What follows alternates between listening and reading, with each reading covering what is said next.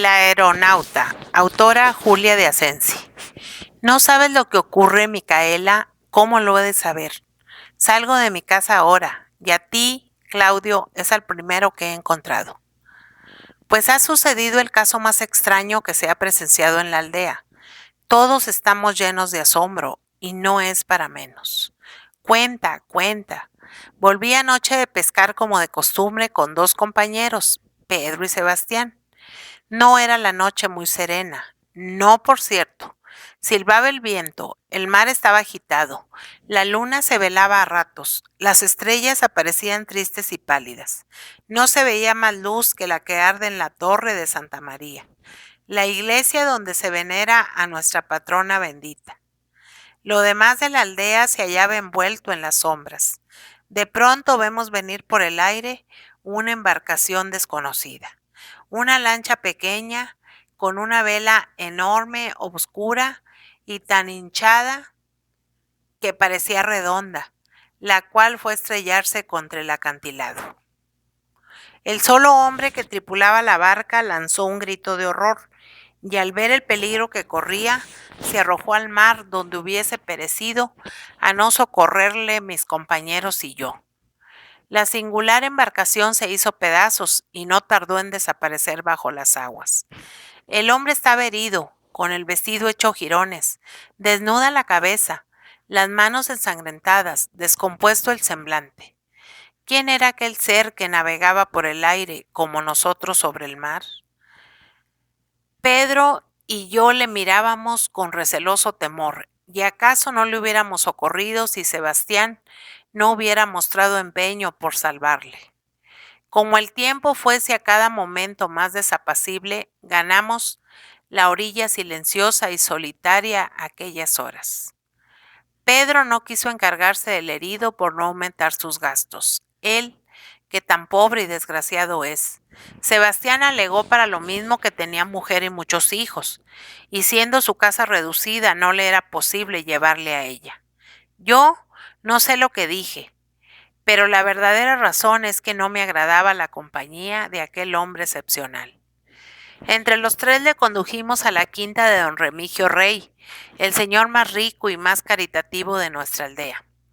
No ignoras que entiende algo de medicina y que como este lugar tiene el mismo médico que otros 3 o 4, no recibimos diariamente la visita del doctor, siendo don Remigio quien nos asiste cuando viene una enfermedad repentina. Cuando llamamos y un criado nos abrió la puerta. ¿Qué ocurre?, preguntó. Traemos un enfermo. Mi amo descansa. Llámale por caridad, dijo Sebastián. Si esperamos a mañana, quizás será tarde. No parecía muy dispuesto a complacernos. ¿Acaso nos hubiese arrojado de allí? Si el dueño de la casa, que se había vestido precipitadamente, no se hubiera presentado para enterarse de lo que pasaba. Nos hizo entrar y después que le referimos lo ocurrido, nos despidió quedándose con aquel misterioso personaje. ¿Y qué más?, preguntó Micaela al ver que Claudio se detenía. Al rayar el alba, prosiguió el pescador, he vuelto a casa de don Remigio.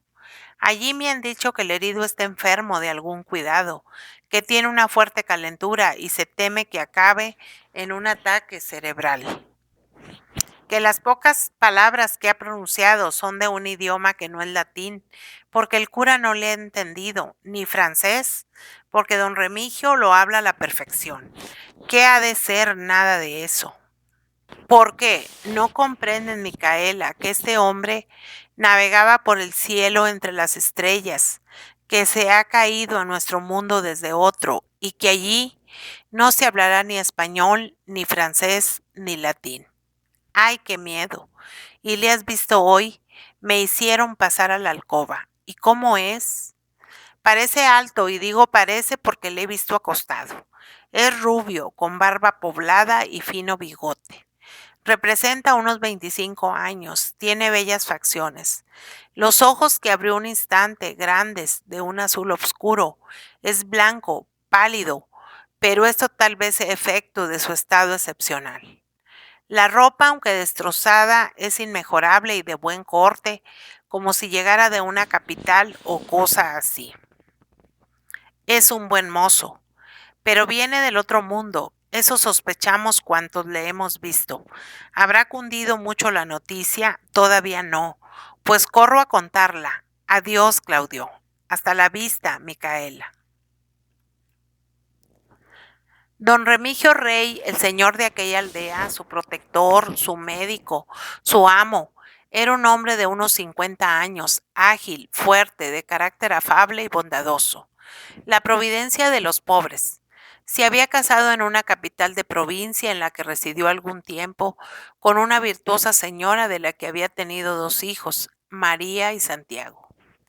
Recibieron ambos educación esmerada y acaso soñaron con vivir un día en la corte, pero los padres, sin cuidarse de sus aspiraciones y sus gustos, los encerraron en aquel pobre lugar en el que la triste niña no tenía más distracción que pasear a la orilla del océano, descifrar alguna música o leer un rato. Ni el muchacho más aliciente que la casa. La extraordinaria llegada de aquel viajero debía necesariamente romper la monotonía de su vida. La señora de Rey, como mujer de experiencia, prohibió a María que entrase en la habitación donde con agitado sueño descansaba el desconocido. Pero no hizo lo propio con Santiago, que pasaba largos ratos contemplando el hermoso y pálido rostro de aquel hombre bajado del cielo, según la creencia popular.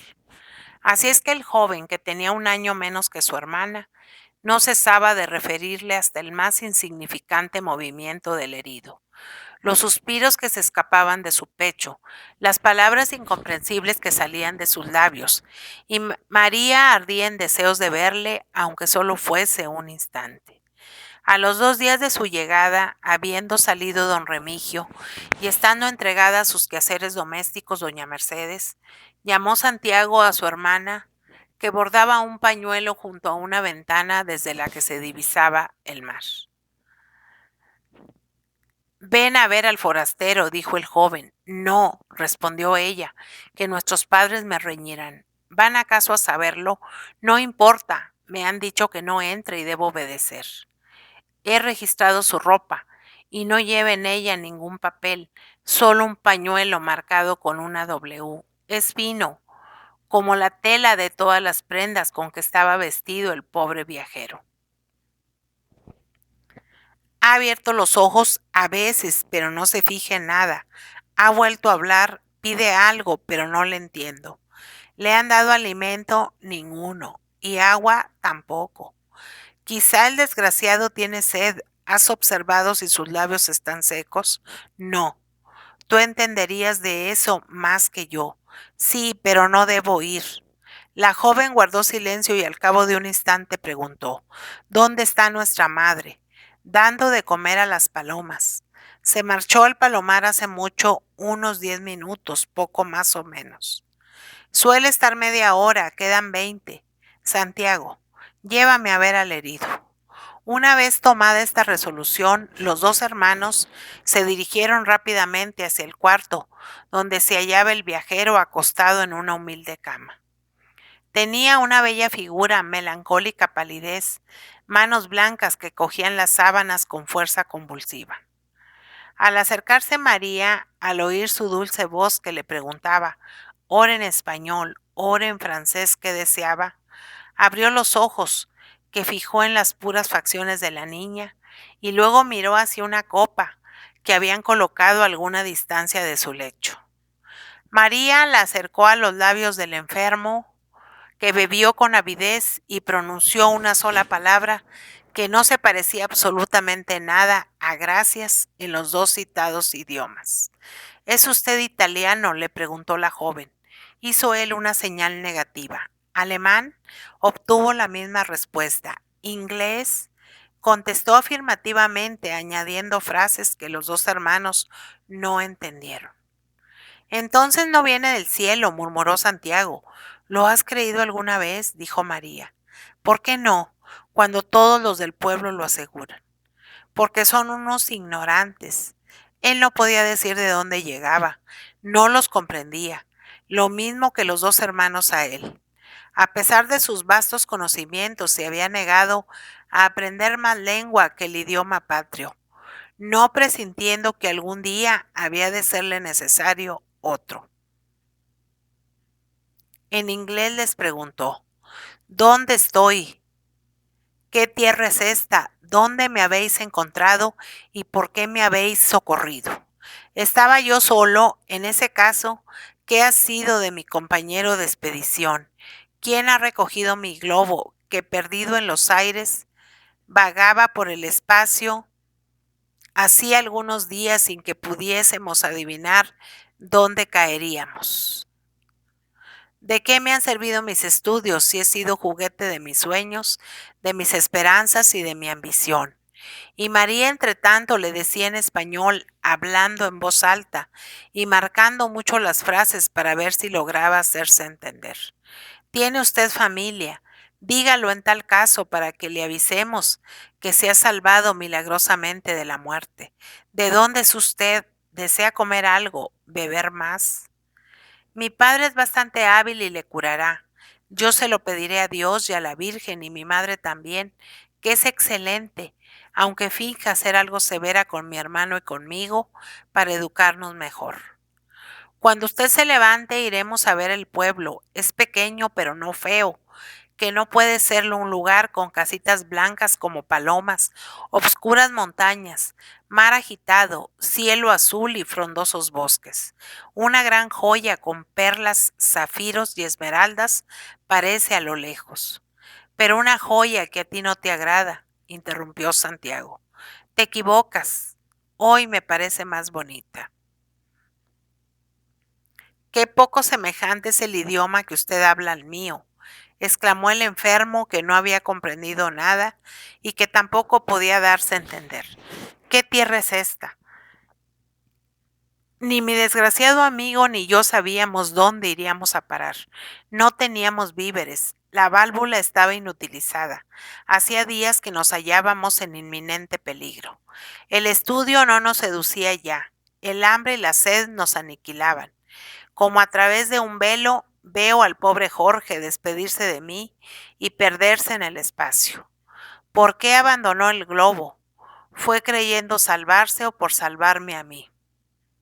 Todo me dice que el infeliz ha muerto. Niña de negros ojos, dime el nombre de tu patria. Sepa yo al menos dónde estoy y cuántas lenguas me separan de la amada tierra donde nací, de mi buena madre y mis jóvenes hermanas. Ellas no tienen los cabellos oscuros como tú, la mirada brillante y la tez morena. Ellas son blancas como la nieve, rubias como ese rayo de sol que penetra por la ventana, y sus ojos son azules, como ese cielo que se divisa desde aquí y que me prueba que me hallo en un país meridional. Son jóvenes como tú, mi angelical Catalina y mi dulce Matilde. Estarán pensando, llorando y rezando por mí, y quizá no volveré a verlas. El tiempo se pasa volando, caballero. Mi madre va a venir. Me retiro.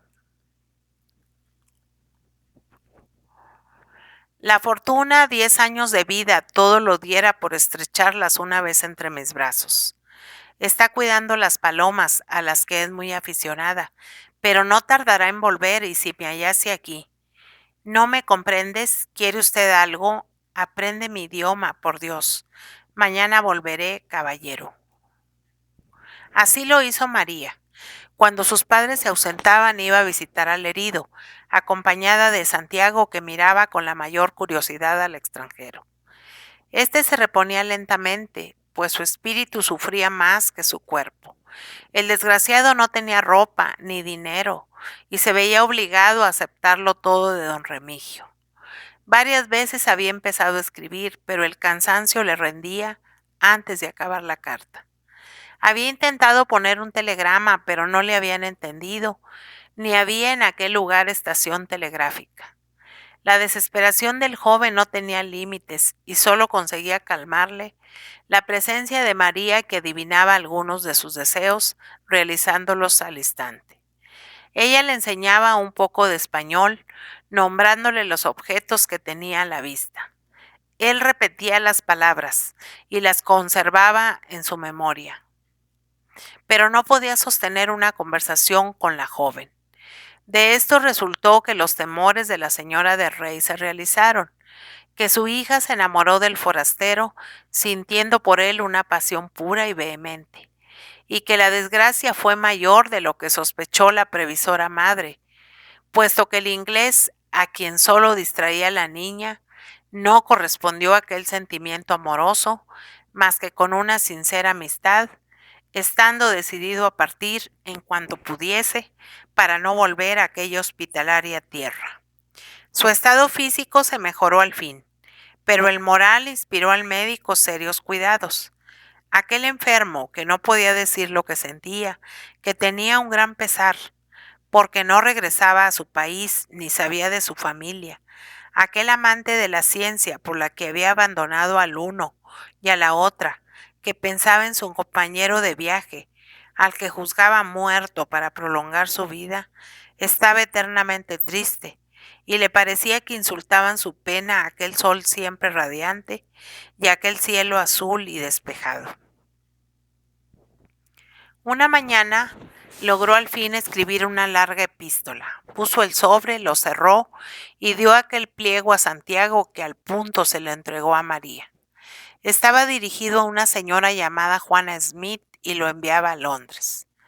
La niña ordenó a su hermano que llevase aquella carta al correo, que le pusiera un sello, procurando disimular su pena porque no dudaba que al recibir aquel aviso la madre del viajero le haría volver enseguida a su lado. Mucho lloró la pobre joven, y aún tenía los ojos enrojecidos cuando entró en el cuarto del convaleciente. Él la miró asombrado. Le preguntó medio en inglés y medio en español la causa de sus lágrimas, y María, sin contestarle, inclinó la cabeza sobre el pecho. ¿Acaso adivinó entonces el amor de la niña, porque no la interrogó más, mostrándose desde entonces más retraído con ella? Los días fueron pasando, lentos para el viajero, rápidos para la joven. Una tarde que aquel se hallaba sentado junto a la ventana contemplando el mar, oyó de pronto el alegre ruido de las campanillas de 2 mulas y el sonido de un carruaje. Era el que conducía a los pasajeros desde la cercana villa a aquella aldea. Detrás del coche, que al fin apareció a corta distancia de la casa, corrían algunos chicos del pueblo gritando y riendo, porque en el interior iban 3 señoras con largos abrigos y grandes sombreros, cabellos muy rubios y rizados, ojos azules sin expresión y mejillas rojas en la madre y sonrosadas en las hijas. Al verlas bajar, cuando el carruaje se detuvo, el inglés lanzó una exclamación de júbilo. Salvó corriendo la distancia que le separaba de las viajeras, y después de hacerlas entrar y de cerrar la puerta, para entregarse sin importunos testigos a las expansiones de su alegría, las abrazó con cariño. Madre, Catalina, Matilde, qué feliz soy al volver a estrecharos contra mi corazón. Walter querido, exclamaron ellas prodigándole tiernas caricias. María y Santiago llegaron en aquel instante y el joven los presentó a su familia. Miráronse con curiosidad primero, con interés después. La señora de Smith alargó por fin su mano a los amigos de su hijo y las 2 hermanas besaron a la niña. Almorzaron con los señores de Rey, hablándose los unos y los otros sin entenderse. Por la noche, la señora de Smith quiso saldar sus cuentas con don Remigio, entregándole una crecida suma, que el caritativo caballero rehusó con dignidad. «Déselo usted a los pobres», murmuró. «Yo a Dios, gracias, nada necesito». María estaba cada vez más triste, comprendía que el momento de la separación se aproximaba.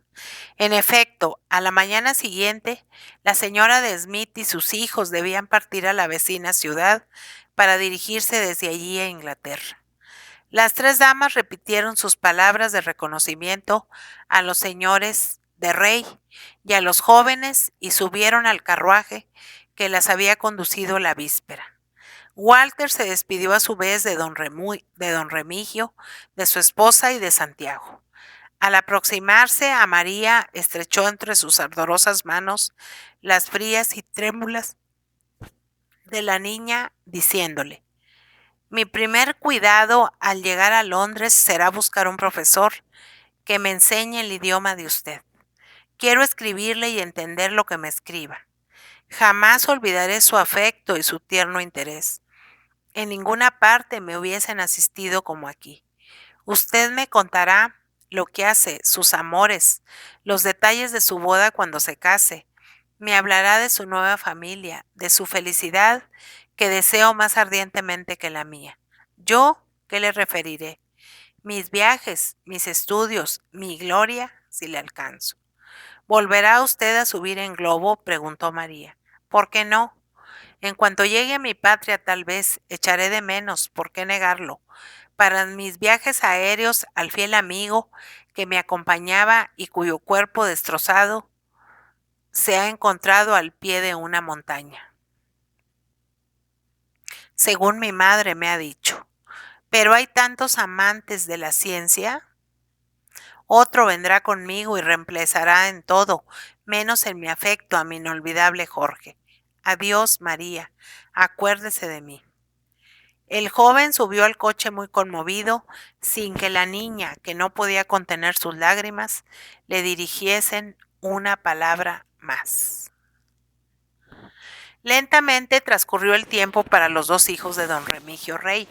Ya no les agradaba su tranquila existencia, ya la aldea era insoportable para ellos y tristes y pensativos paseaban a la orilla del mar deseando un cambio completo en su vida. Algunas veces hablaban del inglés, de aquel Walter Smith que se presentó ante ellos como una aparición, del que no habían vuelto a saber nada, aunque calculaban que podía haber aprendido de sobra el español. Había olvidado su promesa, era más que probable. Los padres de María habían concertado el casamiento de la joven con un pariente lejano de doña Mercedes, el que se había establecido en la aldea con el solo objeto de tratar a la joven y hacerse amar de ella. Santiago aconsejaba también a su hermana que se casase. ¿Cuál es tu porvenir?, le preguntaba. Nuestros padres se van haciendo viejos y su anhelo es dejarte colocada porque yo no soy un gran apoyo para ti. Algún día también podré crearme una familia y entonces, a pesar de que mi cariño no te faltará nunca, te encontrarás muy sola. No amo a José, contestaba siempre María. ¿Amas a otro? A nadie. Yo hubiese querido para esposo tuyo a un hombre como Walter Smith, pero cuando éste no ha vuelto a ocuparse de nosotros, prueba es de que su afecto no duró más que la breve temporada que estuvo al lado nuestro, y no debemos pensar más en él. María suspiraba al pronunciar su hermano estas palabras y no le respondía. Al fin, mucho tiempo después de la partida del aeronauta, recibió la joven una carta fechada en Londres, que estaba escrita en un español bastante correcto y que decía poco más o menos así: si usted, amiga María, hubiese continuado siendo mi profesora, hace muchos meses que hablaría su idioma a la perfección. Pero por desgracia no he encontrado un buen maestro hasta hace poco, y esta ha sido la causa de mi inconcebible y prolongado silencio.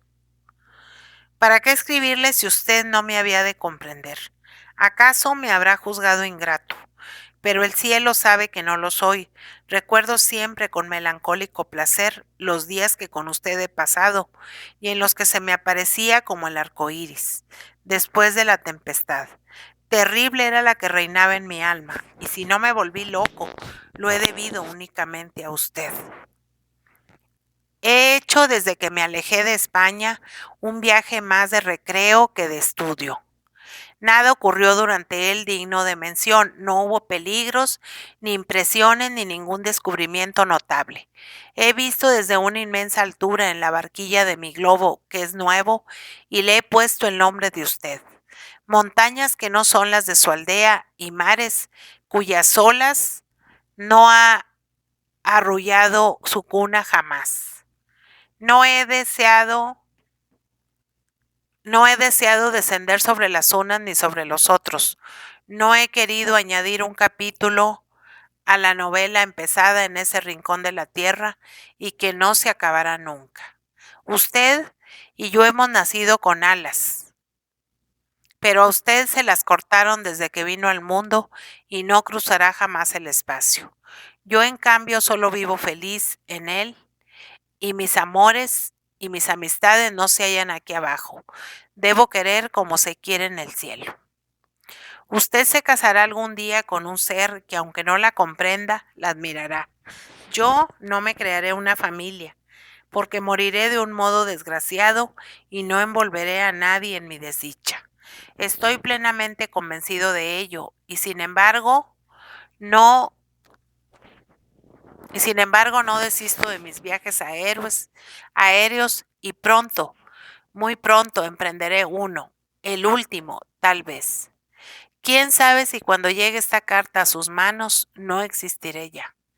Conozco su corazón generoso y sé que derramará algunas lágrimas por mí, y sin embargo yo no quisiera que me llorase.